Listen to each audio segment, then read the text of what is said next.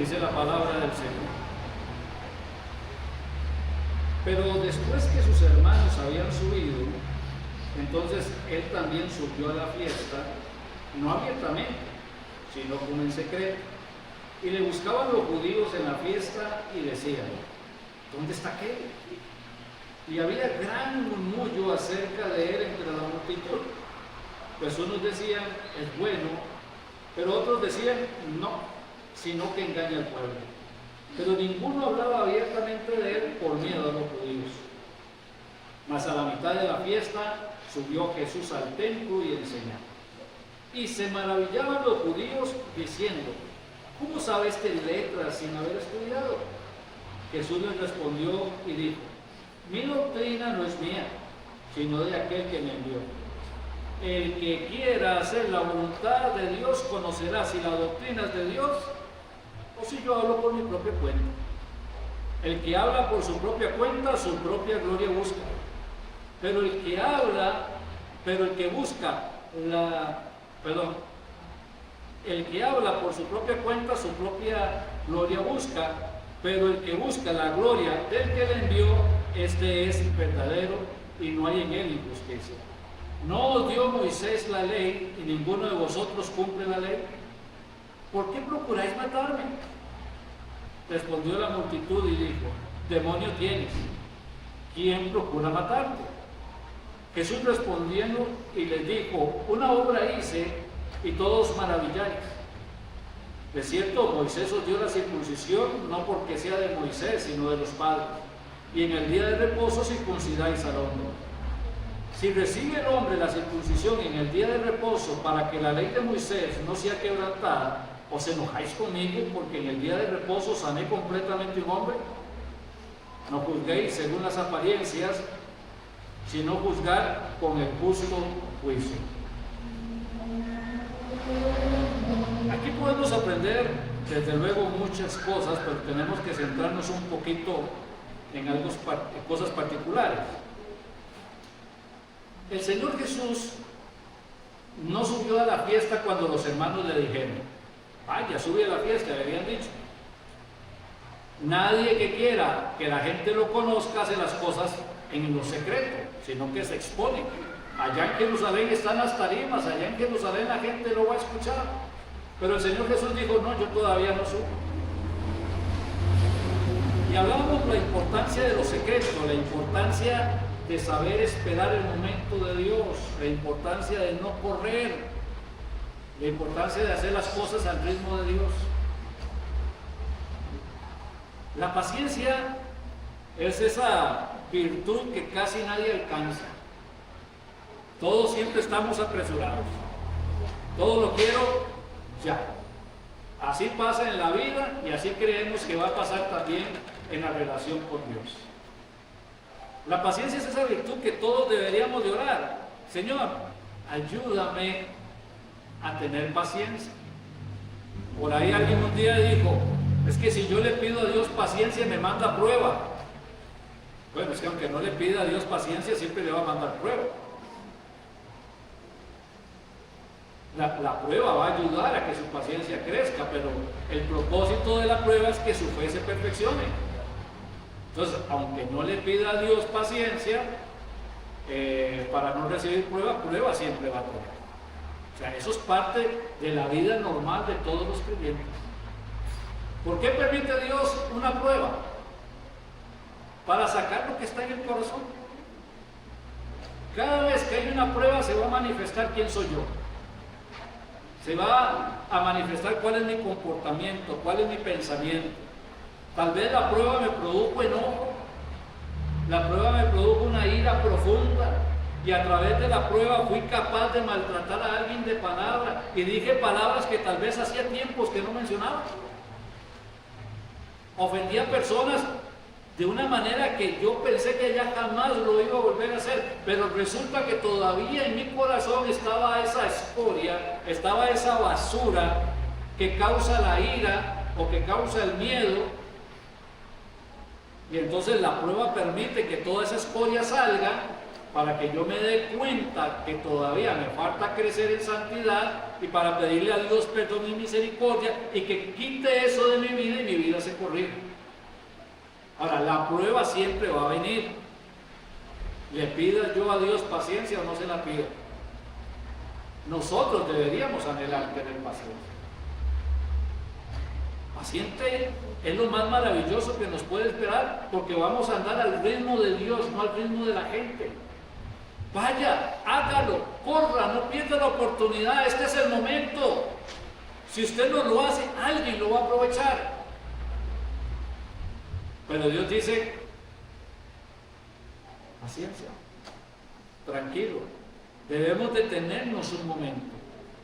Cuando el pueblo de Israel entró a la tierra prometida, antes de conquistar Jericó, tuvieron que esperarse 3 días para empezar la acción.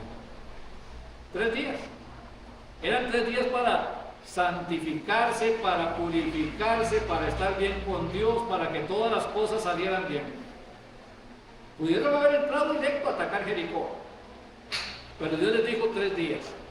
Luego de la purificación de 3 días, tuvieron que darle una vuelta a la ciudad por día durante 6 días. Imagínense la gente como usted, como yo, desesperados, pero ya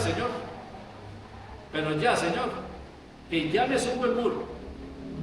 ¿Por qué tanto, Señor? ¿Por qué tanta vuelta? ¿Por qué tanta cosa? ¿Por qué tanto silencio? ¿Por qué tanta religión? Porque así lo dispone el Señor.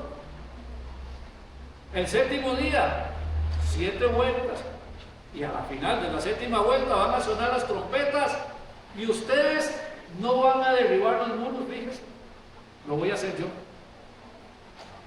porque es mi obra, no es la de ustedes. Ustedes solamente van a ir a recoger, a destruir, porque era un pueblo anatema, lo que ahí queda. Pero esto no le pertenece a ustedes, esto es algo que yo hago. El Señor Jesús dijo, el que busca su propia gloria, hace estas cosas, pero el que busca la gloria del que le envió, sabe esperar, sabe tener paciencia, sabe hacer las cosas en el tiempo de Dios. ¿Y qué hago mientras que el Señor dice que me espere? ¿Qué hizo el Señor Jesús durante la mitad de esa semana?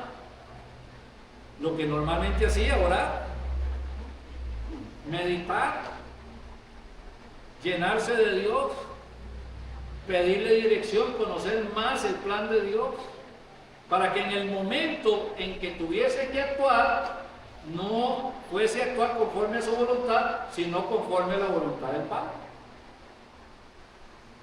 A veces cuando la gente habla de la crianza de los hijos, y uno dice, ¿por qué los hijos son tan diferentes en este tiempo? ¿Por qué ya no son como los de otro tiempo? Bueno, es que en este tiempo meditamos en que no se pueden disciplinar, meditamos en que no se les puede decir nada, meditamos en que no se les puede corregir, meditamos en todas las limitantes que los padres de hoy tienen para poder educar a sus hijos y dejamos de lado lo que Dios nos da de consejo para poder educar a los hijos. Lógicamente, ¿qué ha pasado con la sociedad? Pero es que ni los padres cristianos se han detenido para ver cómo es que Dios dice que tenemos que hacerlo. Solamente aceptamos lo que la sociedad dice porque la sociedad lo dice. Si está equivocada o no, la sociedad lo dijo. La sociedad no es Dios. La sociedad no me tiene que dirigir, no me tiene que empujar, no me tiene que apresurar, porque la sociedad no es Dios. De hecho, la sociedad es un poco anatema, todo busca todo lo que sea en contra de Dios. Los hermanos del Señor Jesús, me imagino que eran buenas personas, los habían criado María y José. Educados estaban, religiosos eran, porque iban a ir a la fiesta, a celebrar la fiesta de los tabernáculos. Y eso está bien.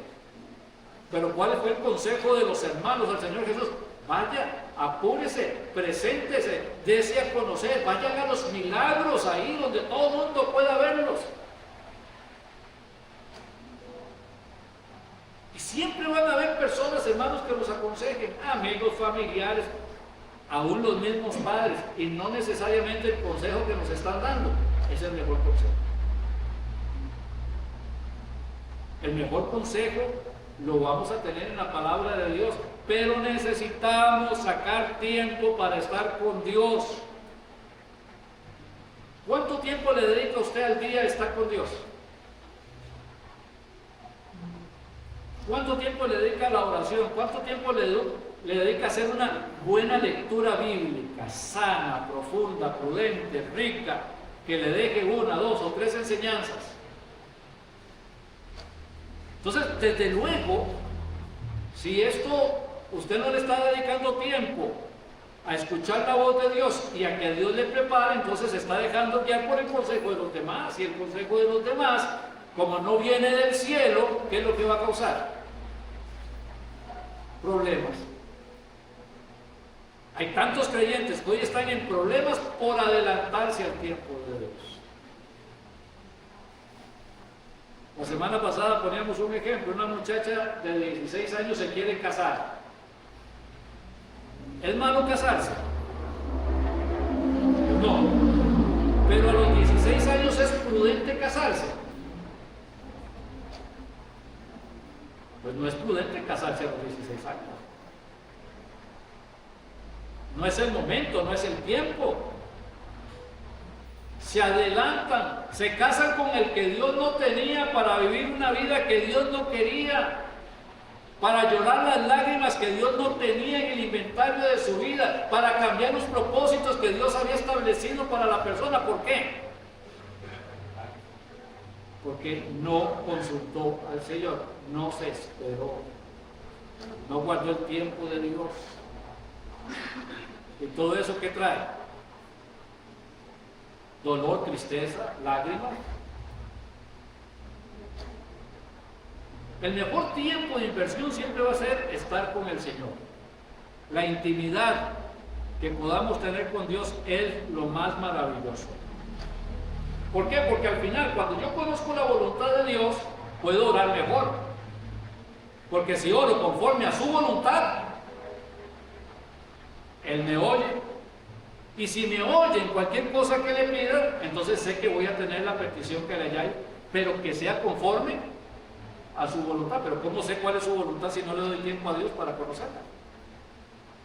Es que aquel me dice que la voluntad de Dios es esto, y ¿cómo sé yo que la voluntad de Dios es eso? Y si me está engañando, y si aquel me está predicando mal, y si aquella enseñanza está equivocada, está errada.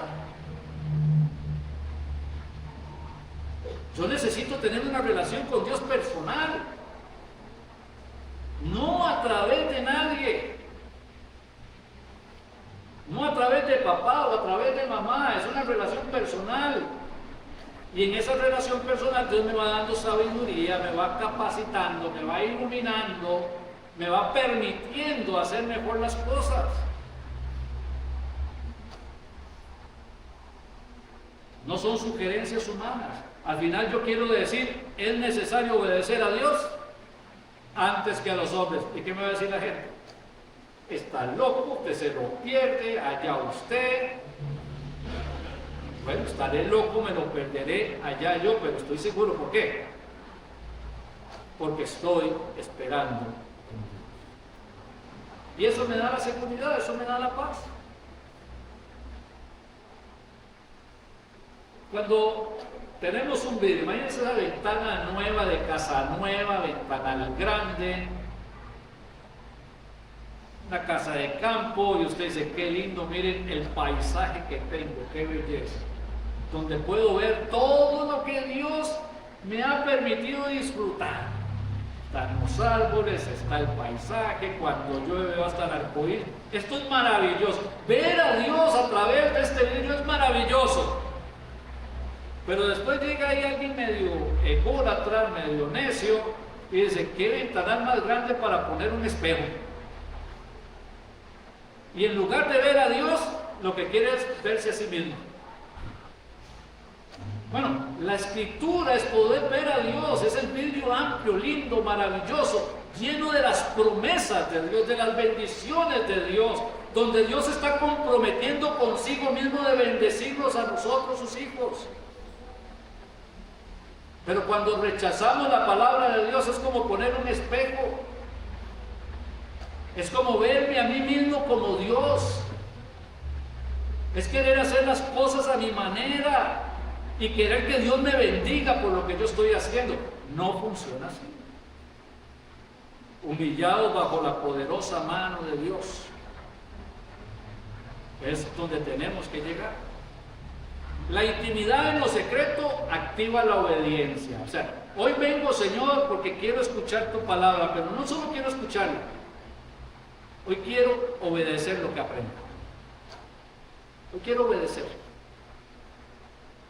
Hoy quiero tomar la palabra tuya para obedecer. Quiero estar preparado para ser mejor creyente, para ser mejor siervo, para hacer mejor la obra de Dios, para ser mejor padre. Porque claro, cuando hay un hombre con temor de Dios es un buen padre. Cuando hay un hombre con temor de Dios es un buen esposo.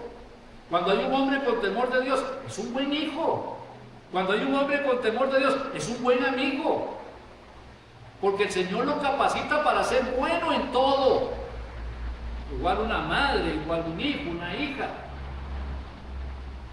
Todo pasa por entrar en esa relación con Dios, en ese tiempo de intimidad en lo secreto. Esa disposición de querer obedecer, romper la prisa. Todo lo que va corriendo normalmente se tropieza. Caminamos. Dios no corre, Dios camina. Para Dios es tan importante el lugar a donde vamos a llegar como el camino que tenemos que transitar, porque es el lugar de las lecciones. Dios no quiere que nos brinquemos absolutamente nada del camino, ningún paso. Cada paso es importante. No se trata de detenernos en el camino y no andar. Dios no quiere paralíticos. Dios le dijo al paralítico, levántate y anda.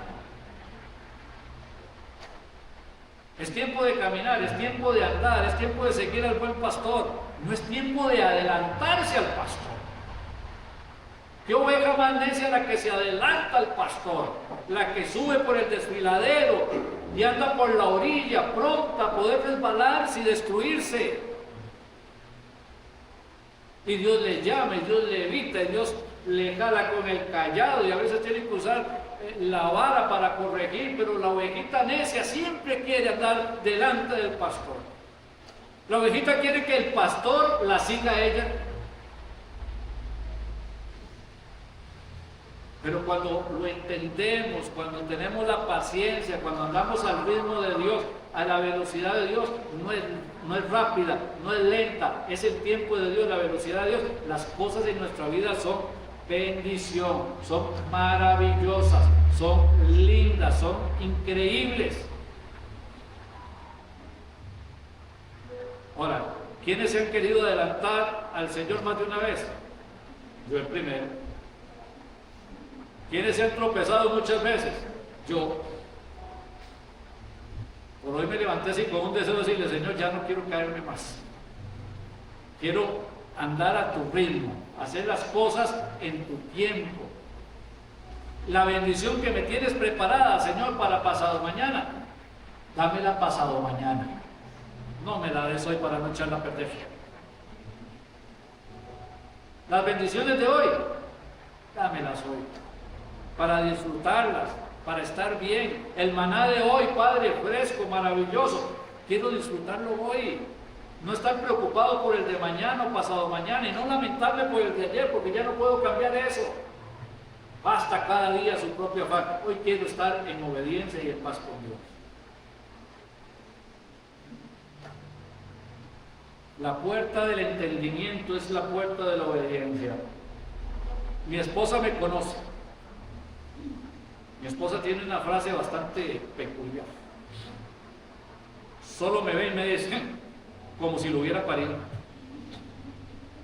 Me conoce. Me conoce. Es más, trato de entrar con la cabeza agachada para que no me descubra y no sé. No sé.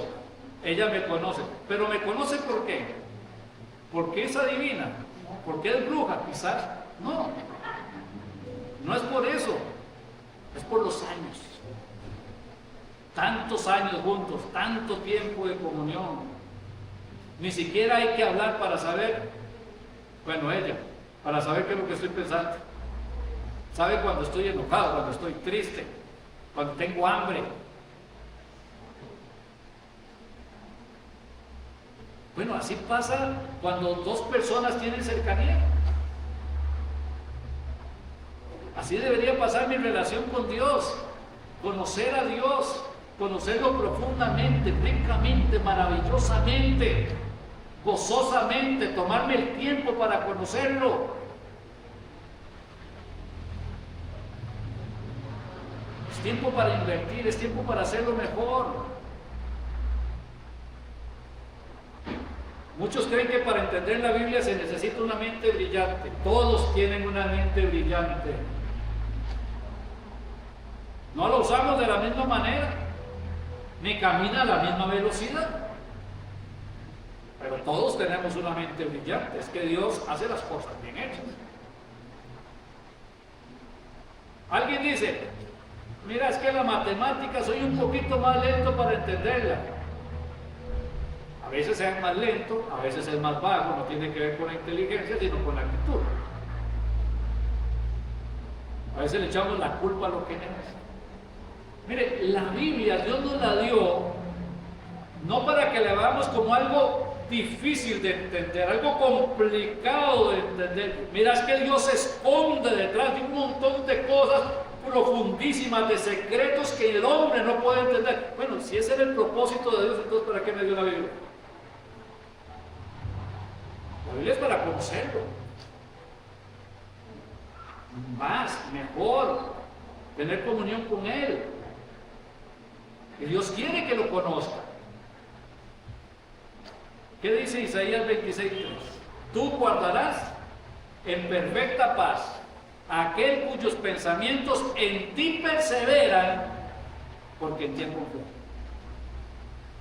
Meditar la Escritura, pensar en ella. Nunca se apartará de tu boca este libro de la ley, sino que de día y de noche meditarás en él, para que hagas y guardes conforme a todo lo que en él está escrito, porque entonces harás prosperar tu camino y todo te saldrá bien. A veces habernos brincado esta etapa de comunión con Dios, ese tiempo de haber hecho las cosas al ritmo de Dios, nos han metido en complicación. Sembramos un terreno que no teníamos que sembrar, con una semilla que no teníamos que poner, para cosechar un fruto que no queríamos y tener que comernos algo que nos desagrada. No era la voluntad de Dios. Dios no nos llamó a que tengamos sufrimientos innecesarios o vidas fracasadas, porque en Cristo somos más que vencedores. ¿Qué es lo que ha faltado? Tiempo con Dios. Tiempo con Dios, conocerlo más. Conocerlo más. La llave del conocimiento bíblico es la disposición a obedecer.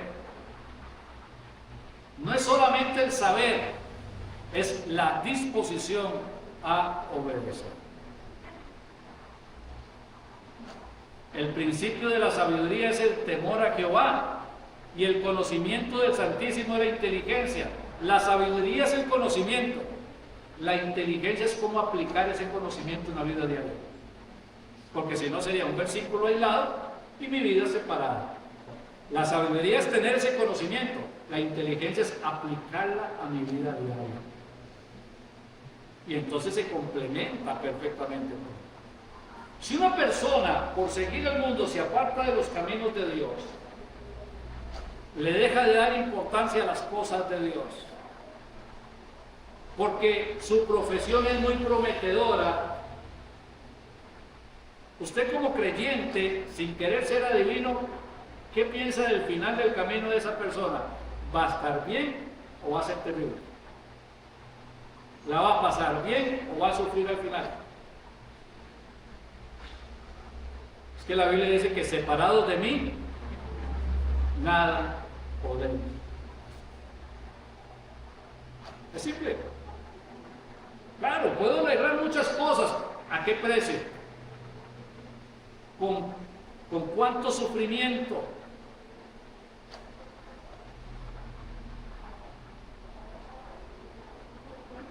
Hay personas, hermanos, que se han elevado tanto en su soberbia que son como el monte Everest. Nunca llueve ahí porque las nubes siempre están más abajo. Hay que estar debajo de las nubes para poder recibir su bendición. Hay personas lo que quieren es alcanzar la cúspide de la gloria, dejar a Dios detrás. Y sufren. ¿Cuántas familias destruidas? ¿Cuántos hijos extraviados? ¿Cuántos nietos sin oportunidad de conocer al Salvador porque los padres no tienen temor de Dios ni mayor importancia en las cosas santas?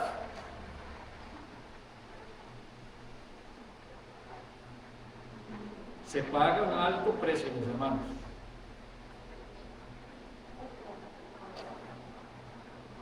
Y vienen también las circunstancias, vienen los juicios. Ahí estaba ese grupo de gente religiosa, enojada con el Señor Jesús, porque después de que el Señor Jesús ya pasó el tiempo con Dios y a la mitad de la semana empieza a predicar, se encuentra con un hombre que está enfermo y lo sana. Sanar a una persona es malo. Ayudar a una persona en necesidad es malo. Pero a veces la religión de una persona llega a ser tan necia que lo ponen como si fuera malo. Es que era sábado, los sábados no se sana a nadie.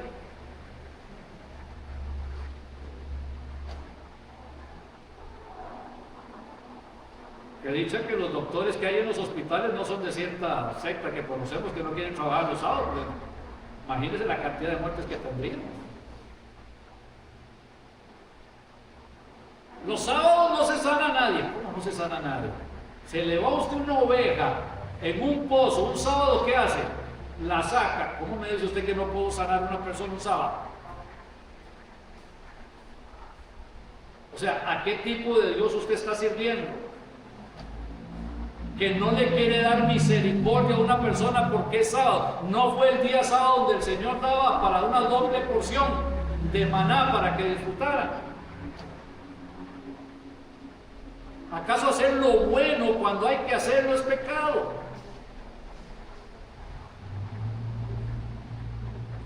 Pero la gente es necia. Y es necia, ¿sabe por qué? Porque dicen conocer a Dios, pero no es verdad. El Dios que conocen es un Dios que se han inventado.